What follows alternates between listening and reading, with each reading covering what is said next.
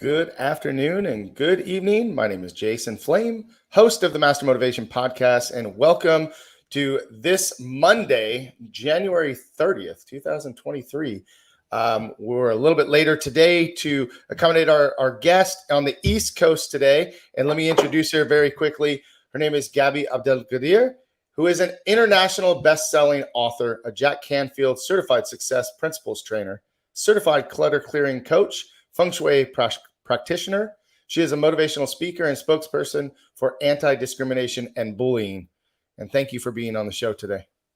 Thank you for having me. I'm really excited because you and I had a coffee chat, months ago. Yeah. We scheduled this. And ever since then, you have been such an amazing supporter of this podcast and so many others. I see you commenting and posting, and I just think it's so awesome that you're there for everybody and showing up to comment when you can. So thank you for that. And I can't wait to talk about your book because I just finished it last week. Thank you. Yeah, thank you. I love your show, by the way. You interview great people, and always when I'm not working, there is always a golden nugget that I get from each conversation. So yeah, I miss quite a bit when I'm at work, but whenever I'm on, you know me, I always comment and I always take notes. So I love your show. Thank you. Well, and I have my paper ready to take my notes here as well. And I just want to give a shout out to Raul Marin, who is watching us today. He says hello to you and thanks for watching, sir. Can't wait to have you on the show as well. Hello, the wise wolf. That's what his name is. We have so many friends in common now with Connected Leaders Academy. I mean, that's kind of how it started for a lot of us, connecting outside of our, my circle of influence has been the martial arts industry and so many martial artists and professional wrestlers. And I've been so blessed to meet so many people through the Connected Leaders Academy, such as yourself. And Jose Escobar has done an amazing job building this team and building this group of people. So can't thank him enough for helping bring us together. Me too. I love that man. Yeah, me too. So, I read your book, Grace, Peace, and Balance. It took me a little longer than I wanted it to, but I really soaked it in. I laughed, I cried, I felt mad, and I felt very happy at so many different times in this book. And I was just so amazed at the story that you told in that book. And I'd love for you to just kind of share a little bit about your background, where you grew up and a little bit about your life as we bring people through your story today. Yeah, so I was born in Sudan, which used to be the largest country in Africa. That's where my parents met. My dad Turkish, my mom Ethiopian. That's where they met. But when I was about 5.5, they separated, and my mom scooped me and my brother and went to Ethiopia. It was summer. I remember that's how smart she was. She took us on summer so that we could learn the Ethiopian language. She hired a teacher every single day who came, taught us the language. My brother was almost 6 years older than me, so it was a bit difficult for him. But because I had only finished grade 1 in the Catholic school in Khartoum in Sudan, it was easier for me because I was younger. So we were accepted there, tested and accepted in. I was into the girls' Catholic school, and he went to the boys' Catholic school, and he was a genius. He from grade 5. They took him to grade 7. From grade 7, he went to grade 9. From 9 to grade 11, he skipped so many years. That's how genius. He speaks and writes and reads 7 languages.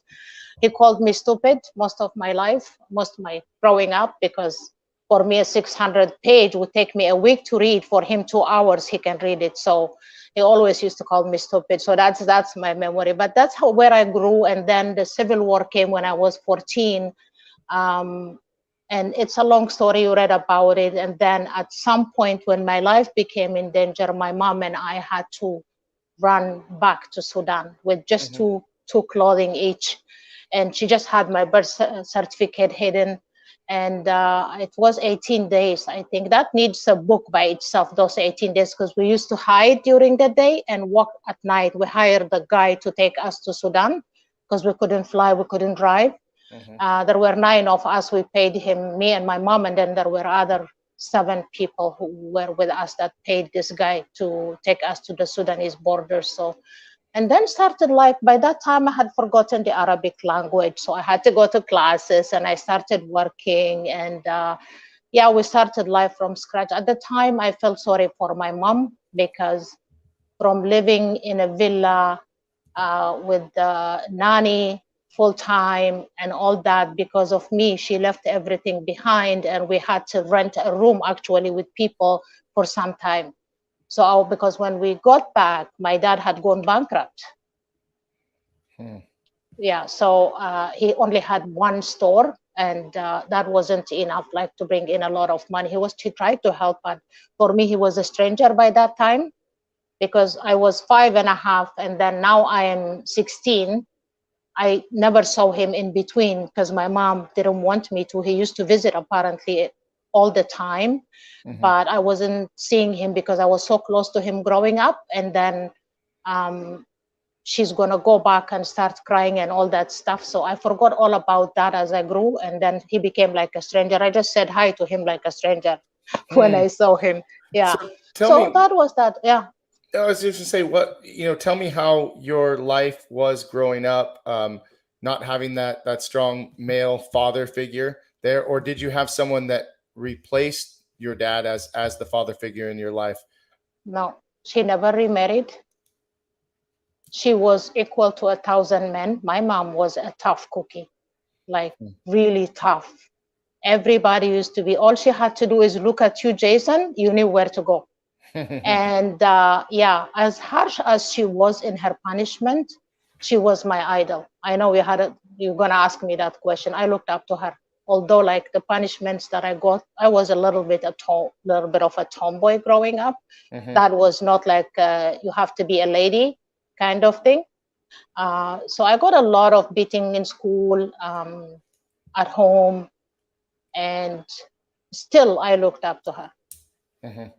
Yeah. Well, tell us a little bit more. I mean, growing up in a time where there was civil war, and you would witness death, and you would witness bad things that most people would never see. Correct? Yeah. Yes, and then I always tell this story when my mom was out of town when it started. It was at 7 p.m. in the evening on a Friday night. I will never forget that. It was me and my cousin. And the first day, we didn't know what it was because for me, bullets is something we saw in movies. We never really seen it. We never heard it in real life, right? And we thought there was a festival going on. We didn't know. And then everybody was screaming. Then we ran to our bedroom and hid under the bed. We did that the second day, 6 a.m. All the soldiers were in the streets killing everybody that they could see. They didn't care, all their child, dog, anything. And then we also hid. And then day 4, something came up. I cried for my mom very much at that time. And my cousin cried. And day 4, something came to me and I refused to hide under the bed. And then my cousin said to me when the shooting started again, day 4, she goes to me, come under the bed. I told her, no, I'm not coming. I'm sitting on the bed. She's under the bed. And then I say, she goes to me, what is wrong with you? They're killing, like they're shooting everywhere, to homes, to windows, to this and that. I told her, what? I haven't sinned. I was 14. I haven't sinned yet. I will go to heaven. If I die, I will just go to heaven, but I can't live like this. Something came to me. This fear that I had for 3 days was just gone. And she pulled my legs, I remember, so hard that I fell face down. Not even like a few seconds later, we hear this boom. Something passed through my window on top of my bed. It's not like a normal bullet, Jason, like the small bullet. This one like this big. And once it subsided, we have to wait still to make sure it's not going to start again before we decide to come out. When we came out, we see this hole, my window, and then on top the bullet landed on top of my bed. Then we were shocked. She told me, see, if I hadn't pulled you, if you hadn't fallen, your brain would not be there. It's true. if she had saved me. She lives in Geneva, Switzerland right now. She always reminds me of so many things that I want to forget. Yeah, I wouldn't be here today. So it was those. I was 14, grade 10 at the time. I just finished grade 10, going to grade 11. So 1 year, yeah. I remember this part. I remember this part of the book very clearly because I was like, wow. And you were so adamant about I'm not moving, I'm not getting out of the way, I'm not going to hide. And then boom, she pulled you and that happened. Yeah. I was just like, wow. I Definitely not your time. Yeah, not my time. And not only that, the angels have been watching over me. I escaped rape 4 times, which is not written in my book. 4 times from soldiers. The angels were watching over me. Wow. Like, honestly, like it was times. But you know what? Like, it was, my mom showed up after 10 days, took her 10 days, like a 5-hour bus trip, took her 10 days to get in because you couldn't. She was so dirty when she came in, and my cousin opened the door for her, and she walked in. She goes to her, "You're okay? Where is Gaby?" She goes, I go, "Mommy," and then I ran. Then she just fell on the ground, thanking God. And she prayed. She just like on the ground, she fell, and she prayed, and then she hugged me, and then she said, "Do you have any water?" Because we didn't have water for some time, electricity. Yes, we had a well. We had neighbors that they had a well, a huge plot, and we used to. Yes, we have some. She said, "I need to take a shower." That was it, and yeah. If I remember correctly, it was a long process for her to get back to you. It wasn't easy for her to get back. They didn't want to let her back. No, it wasn't easy. She had to get into convoys. There were convoys, so people would beg the convoy drivers, like the soldiers, "Can you please take me to the next city, to the next city, to the next town?" That's why it took her 10 days. So yeah, she finally made it, but I just felt so safe with her because she was always a very, very strong woman. After she took a shower and this and that, she told us, "Get ready, 2 pieces of clothes each. We're leaving early morning." Well, I definitely know where you got some of your strengths, as we'll talk about more of your life and your story a little bit later on about how you showed so much strength in another area of your life. But one of the things that I read is that you got in a lot of fights. You had a little bit of a temper. You mentioned a couple of times, being more of a tomboy. Talk about that a little bit.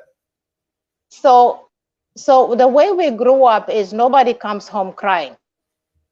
Like, you're not supposed to be a chicken. So when I was in the Catholic school, like, we would be playing when we were grade 4, for example, a grade 5 big girl would come, and I used to be into soccer big time. And then they would come and disrupt our game during breaks and things like that. I would wait until Friday because we have Saturday, Sunday off. In my little mind, everybody will forget the fight by the time over the weekend. That's in my mind, right? So every Friday, my hair was long, like almost up to my waist. That was my investment. So the girls, my friends, would tie my hair with scarf. I would give them my watch, and then they will carry my books. And then I would wait at a corner, and I'd say, you bothered us when we were playing soccer. You want to fight? That was me. Wow. That's, I wonder if Mr. Cox is watching right now. He would love hearing this story about that. Mr. Cox, Mark Cox, yes?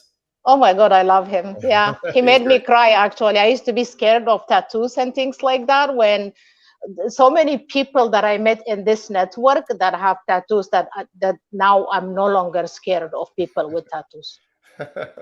I love him, yeah. Thank you, Raul. I see you. Yeah, he's out there watching. He's commenting a lot. Thank you, Raul. Appreciate it. Tell us about moving to the United States for the first time. And I'm sorry, you didn't move to the United States. No. You moved from Sudan, back to Sudan, where I was born. Yeah. Right. And then where did you move next? You're in Canada now. Yeah. So I was in Sudan most of the time. So I started, and we had to start life from scratch. So I did 3 jobs, Jason. I had a full-time job, and then I worked for lawyers because my English was good, because I grew up I went to a very good school, so my English was my writing was always good. So I worked for lawyers doing their letters for 2 hours every evening. Mm-hmm. And then I used to do type the masters at home at night. I borrowed a typewriter and I used to type the masters for university students. One person, I did it for him. He brought me lots of clients. So I worked 3 different jobs to be able to better our life. And my mom misses her family, right? So that's the first thing I wanted, was for my mom to go see her own mom and her brother and sister, who also survived, lost a lot of things during the war, right? 3 jobs. In the end, I had ulcers because from the stress, from the exhaustion. Wow. Yeah. Wow. And so you moved from there. Where next? I worked there. Each job better than the other. Union Carbide, I don't know if you remember that company, Everready Batteries. That is, I worked there. And then United Nations was my last job before I moved countries. When the country started to turn into a different, I don't know how to say this in public, but anyway, the country became extremist, and all that. My mom said to me, I smell something bad is starting here. I want you out. And that is when a cousin of mine from my dad's side came to visit when he heard that we were back from Ethiopia. And then my mom told him, can she get a job in Abu Dhabi? He said, oh, you bet. So he went back. When he went back from his vacation, he got me a 14-day visa in Abu Dhabi. I went for 14 days. I got 8 job offers in 18 days, came back, resigned from UNICEF. UNICEF also didn't want to let me go, offered me a job in Mogadishu. I rejected, offered me a job for 2 years in China. I rejected because that was too far for my mom to see her family, right? From a 3-hour flight to China, that was too much, and I would never leave my mom. And I did that. Finally, when I rejected 3 jobs, I think 3 different countries, I wanted to go to the Middle East, but there was no position open in the Middle East. So I resigned. Finally, they accepted my resignation. I went to Abu Dhabi and I worked for an oil company for 7.5 years. Wow. And I immigrated to Canada. Yeah. What was your experience living in Abu Dhabi? Oh my God, the best. I don't think things are the same, because my friends tell me, since you left, because I was the first one to come for good. All of them, they did apply, but they came later on. And they told me you took all the goodness with you, Gaby, when you left, because life is so expensive now. And a lot of things had changed. But during my day, I had my apartment paid for, 20,000 for furniture. I was given a car loan, no interest, annual airfare to my country, which I can use it to any place. I never went back to Sudan after that, but I use it to go somewhere else. It was amazing. Life was good. That's Dubai, great. you have to go to Dubai. You have to go to Dubai. Well, I have a really good friend who moved back there. We did martial arts together. We trained together. We were on a fighting team together, Rio Altai, and he tries to get me out every single year. And my son is now pushing me to go because he's into mixed martial arts, and of course, like Abu Dhabi is like everybody wants to go there for MMA. And I don't know if it's the time or just carving it out, but one day I promised him I will get there. Yeah, it's different. It's different. It's beautiful. Yeah. Yeah. I want to say hi to Juanita Cap, who's watching. She is excited to see you on here today. And she'll be on the show in just a couple of weeks. Yeah, I know. I saw you guys. Yeah, hi, Juanita. Thank you for showing up. Yeah. So one of the hardest things for me to read, the part that just gutted me, was reading through the experience of, I'm sure that you had a wonderful life leading up to, but the death of your husband. Oh my God, yeah. Hearing what you went through and how it was for you, would you mind talking about first how you met him and how you started your relationship and how you built a family, and then talk about his untimely death? Yeah, as it turned out, I used to see him when I was in school, in high school, but didn't like him. he used to date so many girls. So anyway, but we met here at a friend's house when I was new, actually. I came to Canada and I met two people that I knew from my childhood. So I met him in someone's house, and I don't know how. Then we started becoming friends, and my friends are like, "Oh, Gaby, you want to die alone? Why don't you?" Because I came here single, right? I came to Canada single. My intention was I'm going to start saving a little bit for my retirement. My dream was to travel the world. So I have done 23 countries so far. So cities I can't even count, right? And then that was my dream. And then I will continue my travel. Didn't happen. The universe had other plans. So we met, and my friends are, "You're such a snob. He's a nice guy. He's a family guy." And then that was it. Like, and then we got married, and then we had a beautiful boy. Yeah. And yeah, so yeah, cancer showed up when my son was 6, when stomach cancer showed up, and it was a horrible time. The hair that I lost at the time, never got it back. The weight that I lost those days, 2.5 years of health, I never gained them back. Yeah. Well, just the detail that you told the story, and you spent several chapters talking about, just the experience, and, dealing with the doctors and the hospital, and just the whole thing. My father right now is actually in Utah, and he had a stem cell treatment, and he's been, battling some cancer over the last, year and a half or so. And so when I'm reading this, it just kind of hit me like, wow, it just, and, it's just hard. It's just hard. And to know someone that close to you could be suffering, or could be, not doing well.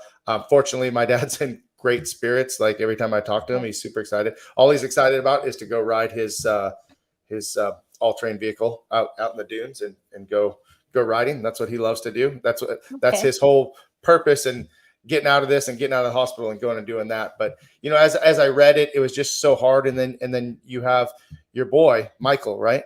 Yeah.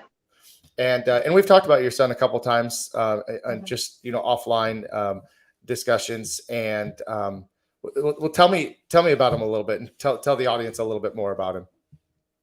Well, he was daddy's boy. Obviously, it was really, really hard for him, and he was crying all the time. And then his school, he went to a Catholic school, and the principal and all the teachers, they actually brought in a counselor and brought in a social worker to sit with him every single day. It was really bad. So I think it was early 2010, like an email popped up in my inbox, like from Air Miles, and then it was a European tour. And I said, maybe this is what he needs, a big break, like change of scenery. Then I just booked that, and I took him to Europe. He had a good thing. Out of everything we saw, he saw McDonald's, 3-story McDonald's in Munich, right? The largest McDonald's in the world there. He couldn't wait to get back to tell his friends in school about I was at the largest McDonald's in the plane. So it was a huge break for both of us. Those 12 days, absolutely break for him. But he was daddy's boy. It was really hard, even now. Yeah. And how old is Michael? 23 just now. He just turned 23. Yeah. Wow. It goes so fast. My son will be 18 in less than a month. My daughter will turn 21 next month. And it's just like, whoa, it just goes so super fast. I was just posting and looking at pictures of them today. And I post a lot on social media, which I'm sure that you see. It's almost as if, like, all my friends can see my kids growing up just through everything that I post. But you have a lot of pride for your son. You talked about him in our first conversation. We spent a good majority of the conversation just talking about him and growing up and becoming a man. And I just posted something today about learning how to deal with bullies. And I know that everything in that post just kind of hit you right between the eyes. That's something that I know that you feel very strongly about. Oh yes, that's like, I'm sick and tired of seeing people being discriminated against, people being bullied, and I think all of us, we need to get up and speak up and fight for equality, for fairness, for inclusion. Well, let's talk about that a little bit, because that's kind of what your book, the undertone of the book was talking about, grace, peace, and balance, and talking about discrimination and bullying. What prompted you to write that book? I mean, was that your first book?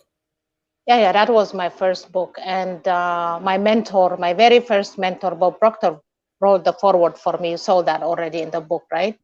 And then, yeah, it was time. My friends always told me, oh my God, we talk about our childhood a lot with my friends. And they always told me, like, you need to write a book, you need to write a book. And then I used to say, when I retire, when I retire. But then I got very sick after my husband passing. I think all the exhaustion and how brave I was at the time, it hit me later on. I had to take 1 year off without pay from work and stayed home. And then one day I just woke up at 4 a.m. like I hear this something, this voice. It's now. Why don't you do it now? And then it was 4 a.m. in the morning. I got up and I was very sweaty and I was surprised. And I just made a cup of coffee, or took a shower, made coffee, sat down looking for publishers and started researching. And then Bob Proctor's office actually recommended my very first publisher. She's in Texas, Houston, Texas. So I worked with her. We connected, we talked, and in a month I had my book done. Wow. Yeah, just 1 month, but it was a healing for me. There were so many moments when I was typing. I would put the computer down and I would bawl my eyes out, go then wash my face with ice cold water, and then coffee. I'm a coffee addict, just so you know. Coffee, and then I would then continue. It was healing for me in a way. And what year did you write this book? I end of 2012. So the story is up to 2012. So much has happened since. And I think 2013, March or April, that's when I published it. I launched it. Yeah. And tell us what has changed and what has happened since the Oh writing my of that goodness. book. Yeah, because I got my very paid speaking gig because of that book. And yeah, so I was invited to speak to motivate people. And then it was a conference. And then the people there bring her every year. Like they said to bring me every year. So every year I go speak. Motivation, how to overcome challenges and what to do, things like that. So it became thing. And then now I'm like 4 books already. Wow. Tell us about the other 3. Okay, so the second one is I'm a co-author in a book called Empowering Women to Succeed, Volume 3, Bounce, How to Bounce from Here to There. And the third one is also, I am a co-author on a book called Stay Alive, which is suicide prevention. A story also I shared there, and that is a subject close to my heart because Jason, since COVID up until now, 18 people that I know or I know of have committed suicide. The first one being 17 years old, the oldest was 55. Wow. So this subject is really, really close to my heart, mental health in general, all these things. So I am a co-author there. And then the book on discrimination, obviously you know about that. Can you see it? This one. And it's also in Spanish, in English and Spanish version is available. So I wrote this book. Based on this book, now I speak. Yeah, my intention is to get to schools, especially high schools and community centers and places like that.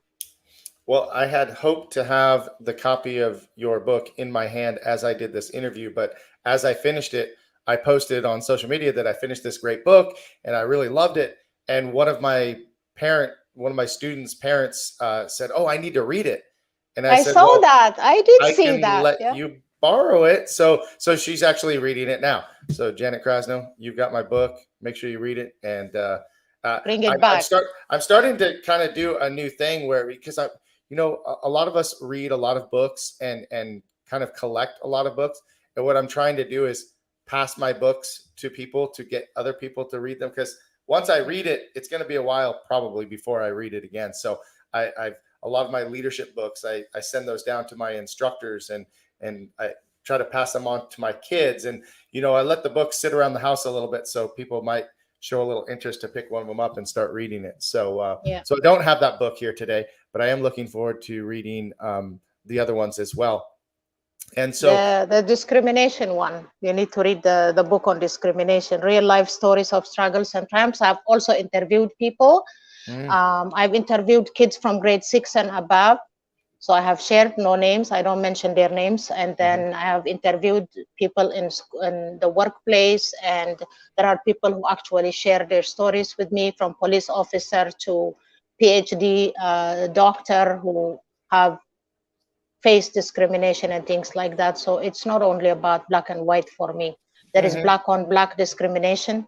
There is religious discrimination. There is social status discrimination. There is disability discrimination. There's a lot. mhm, mhm. So yeah. No, absolutely. And you brought up COVID and how 18 people that have committed suicide, and talking about the mental health. What is it about COVID? What has COVID done, or what do you see has made such a change that it's affected globally, with the mental health issues? I think the lockdown didn't help, especially to the younger generation, right? And people were already struggling, and this became the tipping point. That's how I see it. Mm-hmm. They must have had like stuff that was buried inside. They were struggling from some sort of stress, or like I say, discrimination. It could be anything. And then I think the lockdown became a tipping point. Mm-hmm. Not being able to leave your home, not being able to spend time with your friends, not being able to go to the movies or play sports or do this and that. So it was really hard, especially Mm-hmm. for the younger generation. Mm-hmm. No, for sure. Yeah, I so that I was bad. I can remember. It wasn't last year. I believe it was the year before. Having a, I believe it was Christmas. It was either Thanksgiving or Christmas on Zoom with my parents and my brothers, and I just thought, first, I was at least grateful for the opportunity to see them face to face and to have a Hmm. conversation, to talk to them. But really thinking about it for myself, I was like, this is ridiculous. Like, this is so bad that Exactly. we're so disconnected, and as humans, we need that connection. We crave that connection. We're you know um, we need to be with each other. And so that Yes. was definitely a hard time. I mean, I teaching martial arts, I see, it's sad because some parents call their kids COVID kids, and they say they don't have the personal interaction skills. They don't know how to introduce themselves. They don't know how to look someone in the eyes. They don't know how to shake hands. They're a little bit uneasy. And I'm just like, oh my goodness, like it was just not a good thing. It was just not a Yeah. good thing, and it's really hurt. Um, on the flip side, I always try to remember that this podcast started because of COVID, because I couldn't be connected with other people. So I looked for a way to be connected with the other people, and using technology to our benefit. We taught martial arts classes on Zoom for a couple months, and Hmm. never thought that would happen. And I so, know. and we still conduct. One of my instructors actually does some training with our instructor team through Zoom about once a week or once a month. And we may not have ever even considered that. So yes, I mean, there's a lot of the downside, and some overlying issues that continue now. But there's also some good that's come about it, because of that. So I guess it's, in a way, it's how are we looking at things? Are we looking for the good? Are we looking for the bad? Whatever we look for, we're going to find, right? Yeah. It was good for some businesses though, like Zoom, for example, WebEx, Teams, and then you've got all this um, the food order, like restaurants were doing good. Actually, some of them, I not all of them, but a lot of them, they were doing delivery, right? Like the DoorDashes, the Ubers, and all that stuff. So always Mm-hmm. when there is a problem or war or something, there are people who go down, but there are people who take advantage of that and do great. Mm-hmm. Yeah, Well, yeah. I was fortunate enough to open a restaurant during COVID. I partnered with a friend from high school, and we ended up opening a restaurant right kind of towards the end. We moved our martial arts school, which I ended up getting a really good deal on our rent. So again, you know, some good things came out of it. We look for the opportunity that came with it. You still have it? Still have the karate school? No, the restaurant. Oh, I still have the restaurant. Yes, ma'am. Okay. Yeah, we have Yeah, a the restaurant. karate school. Yeah, I know. Yeah. Karate school, ice cream shop, and a restaurant. That's what I do. Wow. And the Amazing. podcast. Yeah. And the podcast. Yeah. It's a lot Cool. of fun. It's a lot of fun. Well, hey, TJ Williams, what's up, buddy? Thank you for watching KickPod Podcast host watching here. Thank you for being on. And Juanita, again, thank you. I agree. You know, she said if it wasn't for COVID, she wouldn't have met you or me and a lot of us, right? So again, yeah, that's true. That is so true. Good things came out of it. So you're a best-selling author. You're also Jack Canfield certified success principles trainer. Talk about how you got involved in that. Well, when my husband was ill, somebody brought us a DVD. He said, you have 1 week and you have to return. It was the movie The Secret. We watched it and then he said, I wish I had seen this video a long time ago. Maybe I wouldn't have been sick. It's too late now. That's what he said. But anyway, and then I watched that. That's how I got to know them. And then I remember when I was getting sick after he passed away, at one time I had broken a leg, and I was in bed for I fell and then I was in bed, and I used to tell my son, before you go to school, put the movie The Secret for me. I watched it at least 20 times. And then Bob Proctor used to start the film, if you have watched it. And then I said, I'm going to meet you one day. That's to the TV. That's what I said. And guess what?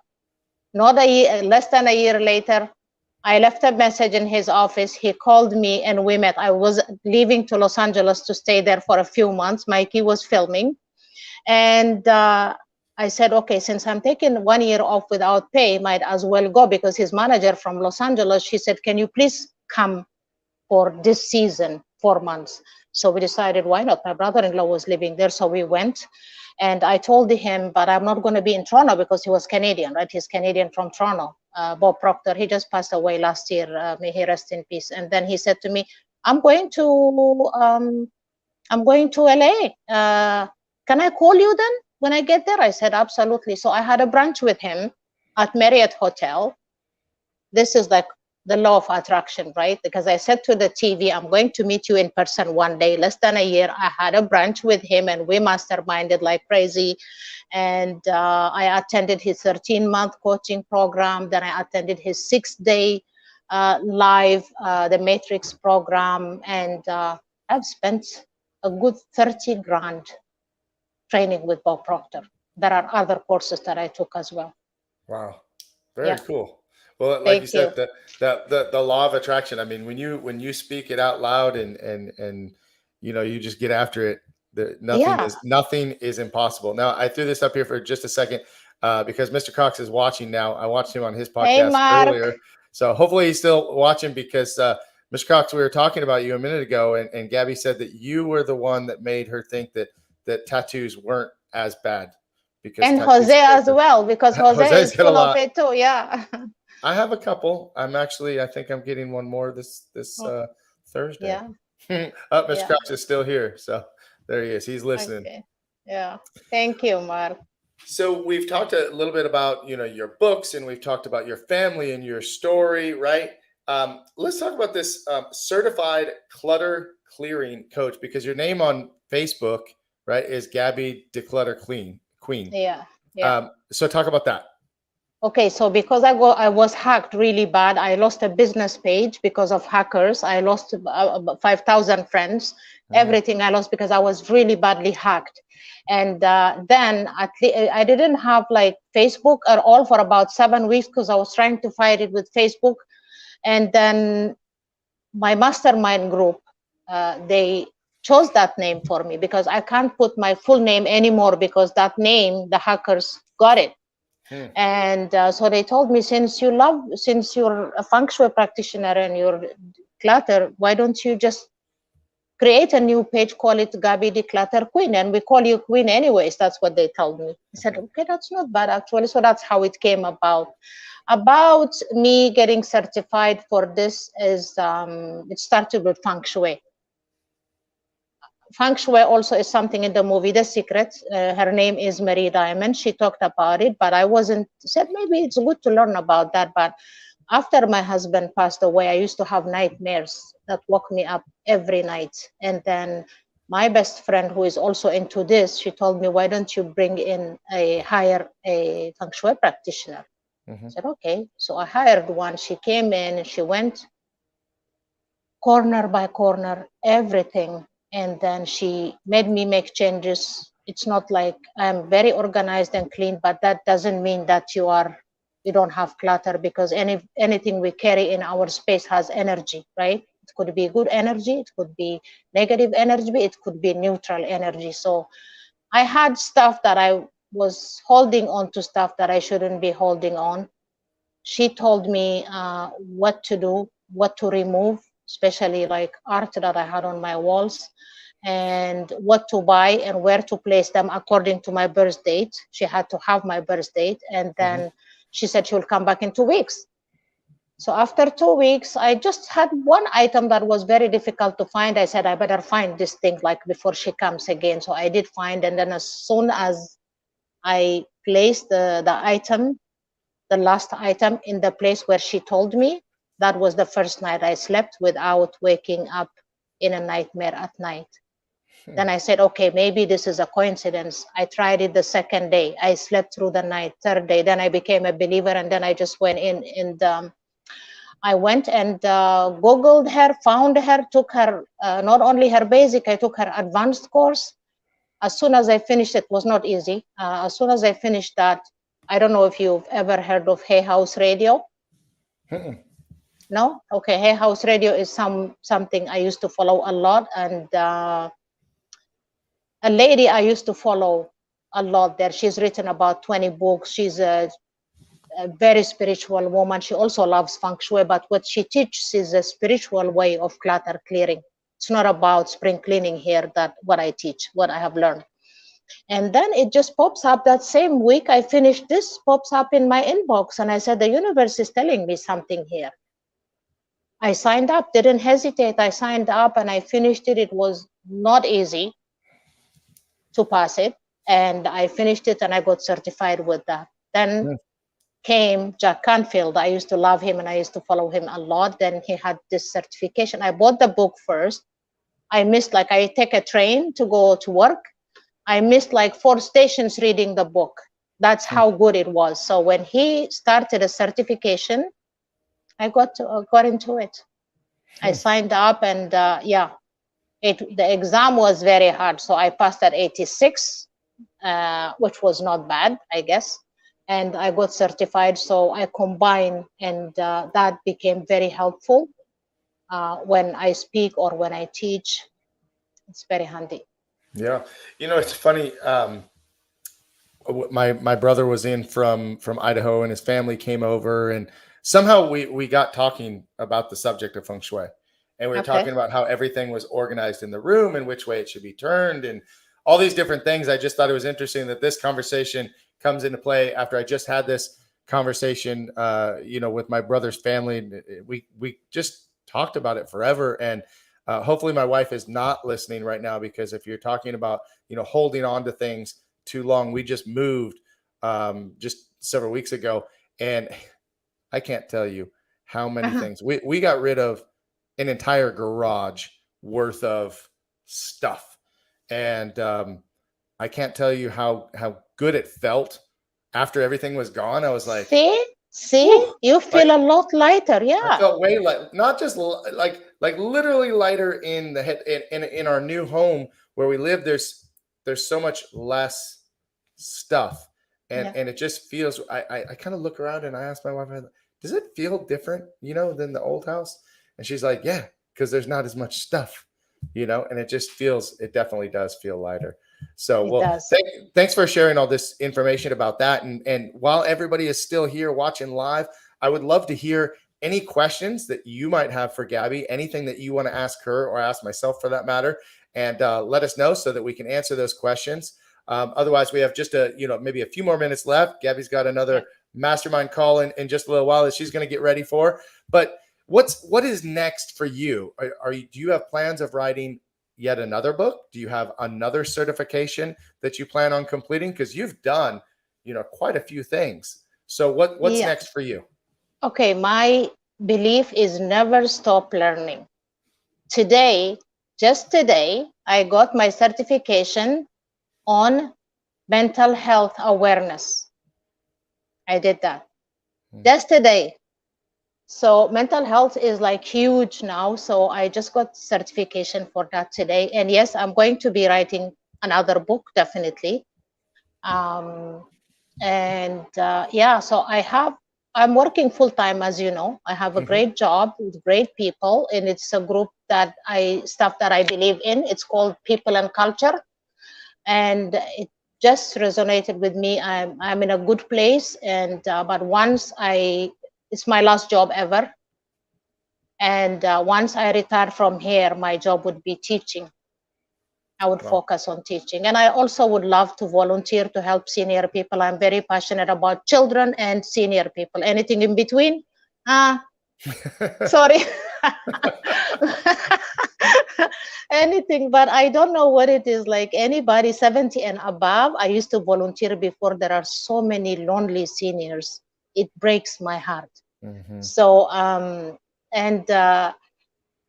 I would love to volunteer and help, lonely seniors, and just even like a few hours every Saturday, take them for a drive, do their grocery, even if like have a talk, chat, or like, I don't care, even if I have to clean their apartment, anything, 3 hours, 4 hours, I would love to dedicate that. And I love children so much. My friends tell me like, why don't you open a daycare? But my enjoyment is not about the business. My enjoyment is sitting on the floor and playing with them, singing with them, reading with them, or dancing with them. That is my enjoyment. So I wouldn't do it as a business, but they've been telling me that because I love children so much. So that is what's next for me. Can you give us any hints on what this next book might be about? Someone will kill me. No, I can't say. You have to wait until March. All right. You have to wait until March. All right. Well, we'll be checking back in for sure. Well, this has been a great conversation. I knew from the very first time that we talked that we would have not only great conversation, but we've had, short interactions here and there, just, through social media. I'm grateful for that. You're in Canada. I'm here in California. You've been very supportive of not only my podcast and what I post online, but I see you reaching out to lots of different people within our CLA group. And I know that, and people have a lot of respect for that you're there for them. And Juanita keeps saying, that it's a family, right? And you bring, listen, at the end of the day, we're all here to help each other out. We're all here to help each other grow. And I love that you said that, one of your things is to just keep learning. And we just had a shirt made in our school that says, keep learning, keep growing, keep training. I forget what the last line is, but it's, never stop reaching for the next level, something like that. And I think that you embrace that. And those that I like to surround myself with, we embrace that. We want to keep learning. I say every time that I have a guest on the podcast that I learned something. I wrote a bunch of notes here today, and I haven't. I don't know why I can't think of this movie, The Secret. You keep talking about it, but I don't know that I've seen it, and so I'm gonna have to go watch it now. So you have to. It's on Netflix, by the way, now, and there is a version 2, but the first one you have to watch. So Jack Canfield is there, Bob Proctor is there, John Assaraf is there, Dr. Bernard is there, Dr. Joe Vitale is there. I have taken a course with Dr. Joe Vitale, a course with John Assaraf. I have got training. Of course, Bob was my mentor, and then Jack Canfield. Yeah. You said that there's two versions. And then the second one is new. I think it came out last year. Oh, okay. But you have to watch the first one. You have to watch the first one first. Yeah. And what was it? When was the first one made? The original one. I think it was Gaby 2005. Okay. I'm writing it down. I'm gonna go look. I love watching movies in general, but I'm gonna definitely go check this out. Well, Mr. Cox, I'm gonna put this up there. Thanks for watching, Oh, sir. I love you too. And you need me to do Feng Shui for you, Mark Cox. his Ms. Cox, is your office Feng Shui? I don't think that his office is Feng Shui. He's got a bunch of Hulk and Marvel memorabilia. He's got a train. Yeah. He's got a big train in his office, but I don't think that it's Feng Shui. Yeah, Feng Shui. He Yeah, because says- sometimes I he see says, him "What?" watching, but I see him so exhausted. I think it's because he just comes in from teaching or like fighting or something. I could feel how exhausted he looks, like, but he still comes and attends the meeting. So sweet. Yeah, that's why he needs a Feng Shui. Well, I think too, sometimes the time difference. I always feel bad Yeah, that I probably. don't make some of the calls because between our training, the difference in schedule, Yeah. running our own podcasts and different different businesses and stuff. I was just talking to Sifu Raphael yesterday, and I said he was asking me about another event coming up, and the meetings are at a time that I just can't make it because I'm teaching classes, and but that's just the way it is sometimes. And I know that everybody jumps in whenever they can. So it's great. Exactly. I can't attend the morning one, obviously, but I attend the Thursday evening, the Wednesday evening ones. So yeah. Awesome. This was amazing.